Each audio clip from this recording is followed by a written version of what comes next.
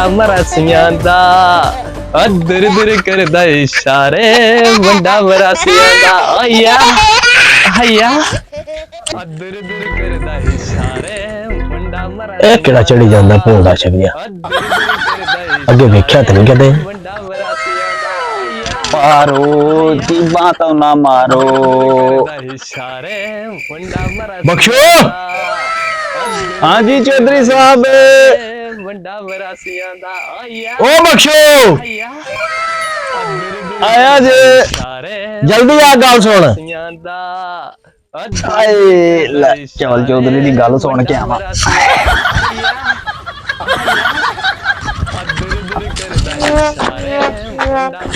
जी चौधरी साहब कौन ही नार पटल वर्गी रोको ओ था मरगी च इनू रोको अब पुटे सीधे करदा इशारे अब मुंडा मरासियां दा आया आया मारा ध्यान मला खुश रखे अपने महकमे का बंदा जे चौधरी साहब की मतलब है अपने महकमे का बंदा चौधरी साहब मरासी जे ना बुला नू मारा नु लिता की करदे हो चौधरी साहब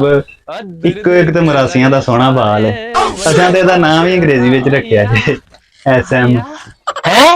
एक के बजे ना एसएम सोहना मरासी चौधरी साहब अब बुला नू फाड़ जान दे मारा है और नहीं फाड़ा तो लिया और इन्हें लितर मारिए ओ मरासिया इधर आ अयो मैन ये चवल चौधरी किधर से टकर गया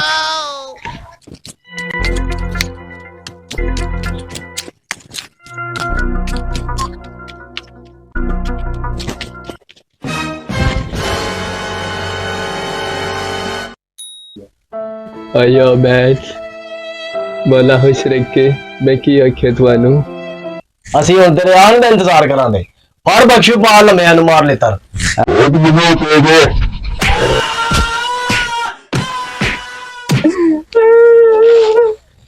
कितने तू मार देता तेरे उधर मार देता एक मिनट से मुंडा मेरा मार देता